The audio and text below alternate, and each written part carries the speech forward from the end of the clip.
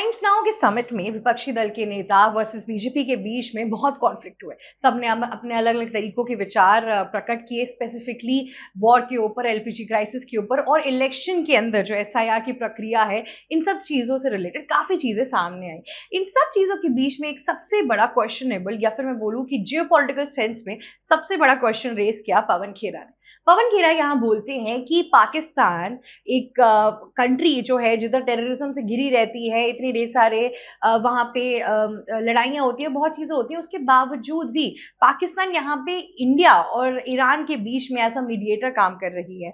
जबकि पाकिस्तान से भी बहुत पुराने दोस्त इंडिया और ईरान है।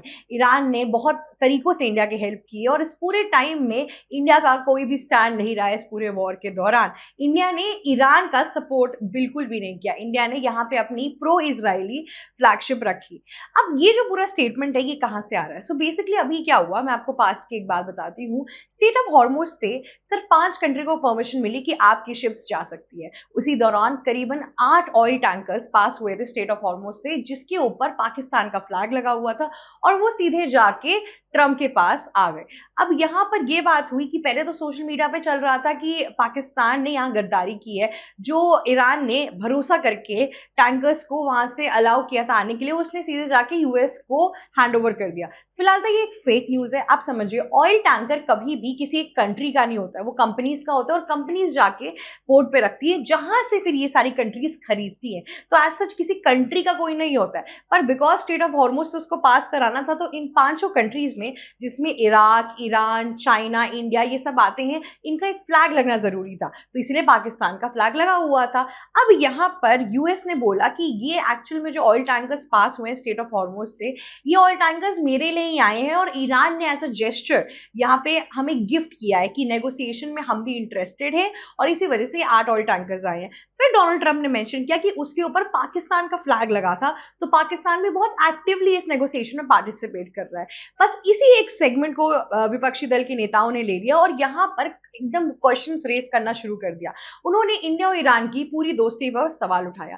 जब से ये पूरा युद्ध शुरू हुआ है, हमेशा से ही कांग्रेस दल के जितने भी नेता हैं, उन्होंने यही चीज मेंशन की है कि क्यों इंडिया ईरान का साथ नहीं दे रहा है। ईरान इस पूरे केस के अंदर अकेला पड़ा हुआ है। जैसे आज ईरान है, वैसे कल इंडिया भी हो सकता है। डोनाल्ड ट्रंप की सुप्रीमेसी क्यों चल रही है? हम यूएस के आगे झुकना क्यों शुरू कर चुके हैं? ये पूरी जो बातें हैं ये फिजूल की है। मैं आपको सबसे पहले तो ये बताती हूँ, एक वॉर के अंदर जब तक हमारा कोई काम है ही नहीं, तो हम क्यों उसमें एंटर करेंगे? ऑब्वियस सी बात है कि ईरान इंडिया का सबसे बड़ा एलाई कभी था ही नहीं। ईरान के सबसे बड़े एलाई कौन थे?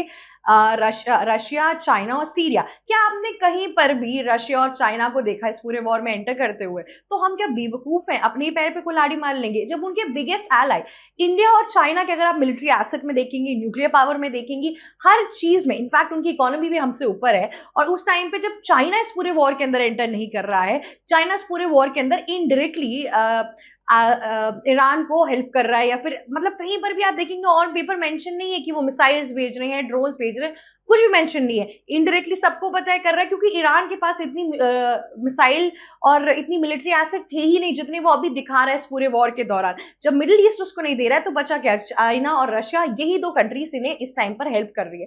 तो जब यहाँ पर ये 2 कंट्रीज सामने नहीं आ पा रही हैं, इन लोगों ने अभी तक सिर्फ और सिर्फ एक्स पे जाके कॉन्डोलेंसेस दिए हैं। जब खमीनी की डेथ हुई, जब उनके बड़े बड़े जितने भी मिलिट्री और ऐसे लीडर्स थे, मिलिट्री लीडर्स थे और ऐसे ऑफिशियल्स थे, उनकी डेथ हुई, तो उन्होंने सिर्फ कॉन्डोलेंसेस दिए। पर किसी ने भी आकर क्या इस वॉर में ईरान का साथ दिया? नहीं दिया। चाइना ने, मैं आपको बता दूं, कम से कम 50 साल तक ईरान से 70% जो ईरानियन ऑयल था वो लिया था, क्योंकि ईरान के ऊपर डोनाल्ड ट्रंप ने सैंक्शंस लगा दिया था, जिसकी वजह से ईरान अपना ऑयल जो है वो पूरे वर्ल्ड को सेल ही नहीं कर पा रहा था। उसके भी अगेंस्ट जाके चाइना ने ऑयल खरीदा। और मैं आपको एक और चीज बताती हूँ, ऑयल खरीदा तो खरीदा, प्लस ईरान को आश्वासन भी दिलाया कि कभी इस चीज की वजह से अगर यूएस तुम पे अटैक करेगा तो तुम्हारे लिए मैं खड़ा हूं। पर अब क्या हुआ? यूएस ने अटैक किया न्यूक्लियर पावर एसेट की वजह से, पर चाइना कहाँ है? कहीं पर नहीं आया। जब चाइना और रशिया जैसी कंट्रीज जो इंडिया से बहुत मायनों में काफी अच्छी हैं और मतलब काफी पावरफुल है, अच्छी भी नहीं, डिफेंस में काफी पावरफुल है, उसके बावजूद भी ये नहीं आ रही, तो इंडिया क्यों आएगा? मेरा एक सवाल है कांग्रेस से कि आप इस तरीके से चीजों को क्यों प्रेजेंट करते हैं कि इंडिया अपना साइड नहीं ले। इंडिया कोई रानी की झांसी थोड़ी ना है कि यहाँ पे डिप्लोमेटिक टाइज को हटाकर वो कहीं पर भी एंटर कर जाएंगे। हमारा अभी काम बन रहा है, हम एक बैलेंस प्रोपोर्शन में चल रहे हैं, वो काम हमारा बन रहा है, वो सही है। अब पाकिस्तान को ये करने की जरूरत है क्योंकि पाकिस्तान को ट्रंप की चाटुकारिता में बहुत ज्यादा भरोसा है। एक पूरी प्रेस कॉन्फ्रेंस हुई थी, मैं आपको याद दिलाना चाहती हूँ, जहां पर डोनाल्ड ट्रंप ने जो फीफा के चेयरमैन है उससे भी पीछे शहबाज शरीफ को बैठाया था।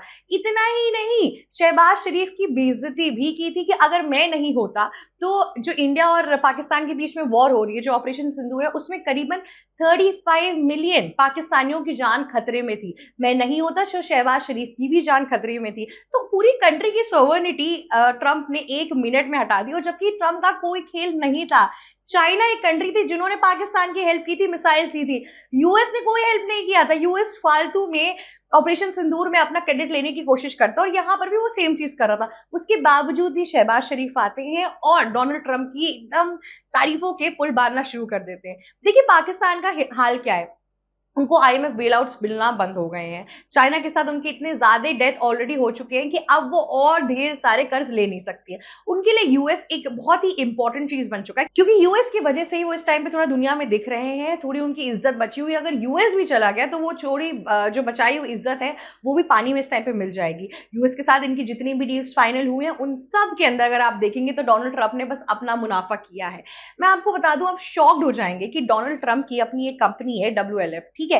अब पाकिस्तान में इन्होंने बोला कि जब आसिफ मुनीर पिछले साल मिलने गए थे डोनाल्ड ट्रंप से, इन लोगों ने बोला कि हम क्रिप्टो करेंसी का पूरा एरा शुरू करते हैं पाकिस्तान के अंदर, ठीक है। अब वो पूरे कंट्री का कंसाइनमेंट किसको मिला? डोनाल्ड ट्रंप की इस कंपनी को। अब WLF के अंदर अगर आप जाके देखेंगे तो 60% डोनाल्ड ट्रंप का स्टेक होल्डर है, और इतना ही नहीं, उनकी पूरी फैमिली का है। तो पाकिस्तान से इसी तरीके से वो अपना फायदा निकाल के लेकर आ रहे हैं। पहले इंडिया को ये लोग इस तरीके से यूज करते थे कि अगर चाइना के कुछ भी बात बिगड़ी तो हमारा इंडिया एक मीडिएटर की तरह काम करेगा, राइट। पर यहाँ पर अब इंडिया तो है नहीं, क्योंकि इंडिया ने अपनी ऑटोनॉमस स्टेटस ले लिया, इंडिया को अपनी इंडिविजुअलिटी दिखा दी। जब हम पे 50% टैरिफ लगाया गया था उस टाइम पे हम नहीं झुके, तो डोनाल्ड ट्रंप को ये समझ में आ गया कि हम मुट्ठी में बंद होने वालों में से हैं ही नहीं। इसीलिए उन्होंने अपना केंद्र क्या पाकिस्तान की तरफ शिफ्ट हो गया। अब पाकिस्तान के साथ फायदा ही फायदा, आप समझो, पाकिस्तान की अपनी कोई इज्जत है नहीं। उसके दूसरी और ये सब कंट्रीज, ये यूएस हो गई और ईरान हो गया, सऊदी अरेबिया हो गया, ये सब कंट्री पाकिस्तान के लिए नहीं पागल है, ये सब उनकी जो न्यूक्लियर एसेट है उनके लिए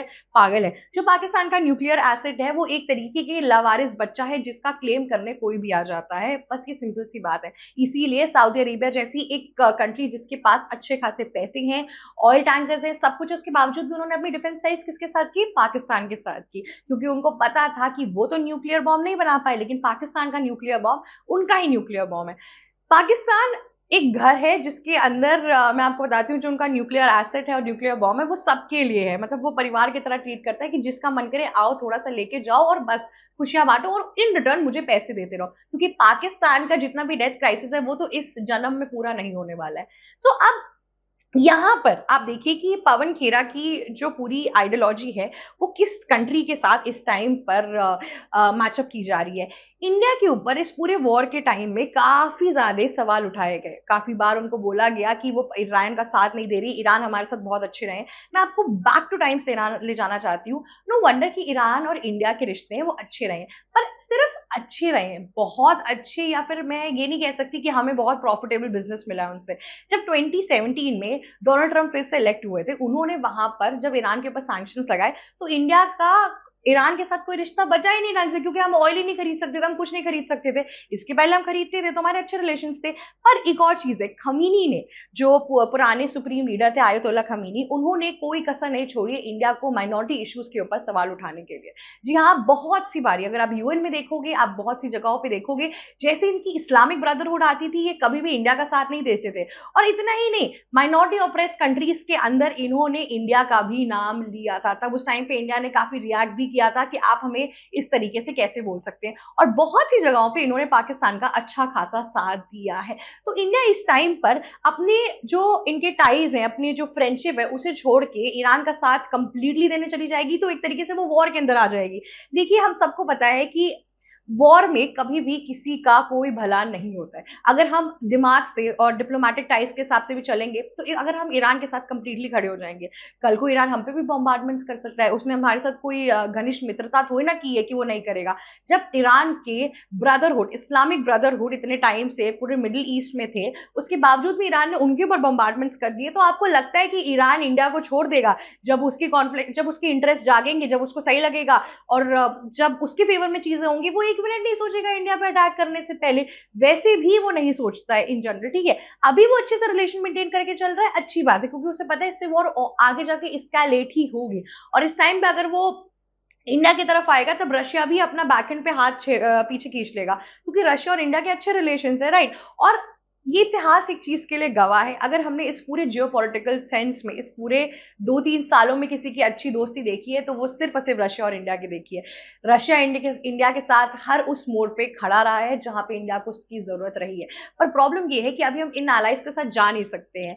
ईरान के सबसे बड़े एलाइज चाइना और रशिया है। चाइना के अंदर अपने खुद के इंटरनल कॉन्फ्लिक्ट चल रहे हैं। रशिया इस टाइम खुद एक वॉर में है, तो इंडिया का इस साइड जाना बिल्कुल ही लॉस है। और उस साइड कौन है? European Union, US, Israel, UAE. इन सब के साथ इंडिया ने अपने बहुत अच्छे रिश्ते बनाए हैं।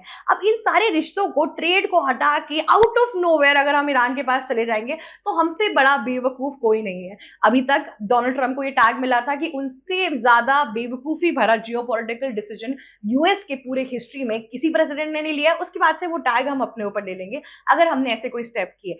मुझे लगता है हमारे विपक्षी दल के नेताओं को ये बात समझ नहीं आ रही कि ये वॉर का टाइम है और इसमें हमें सक्रिय भाव के साथ इस टाइम पे एक्ट करना चाहिए। पर यहाँ पर इंस्टीड ऑफ दैट हम पूरे टाइम क्वेश्चन करते रहेंगे तो उसका कोई भी फायदा नहीं है। हमें यहाँ पे स्ट्रेट ऑफ हॉर्मुज से हमारी शिप्स आ रही हैं, राइट। हमने ईरान को जब जरूरत चाहिए थी, ईरान को जब उसकी आईएनएस लावान जो उस टाइम पे जब इंडिया में आई थी विशाखापट्टनम के अंदर उस मेरी टाइम इवेंट के लिए, जब वो जा रहे थे और एक शिप पे आपके यूएस ने अटैक किया था, तो दूसरे शिप को इंडिया ने शरण दे दी थी ना। तो हमने ईरान को सिग्निफिकेंट टाइम्स में हेल्प किया है, उनको ह्यूमैनिटेरियन एड्स दिए हैं, इस टाइम पे उनको सस्ती दवाएं दे रहे हैं, और हमने काफी चीजें की है, राइट।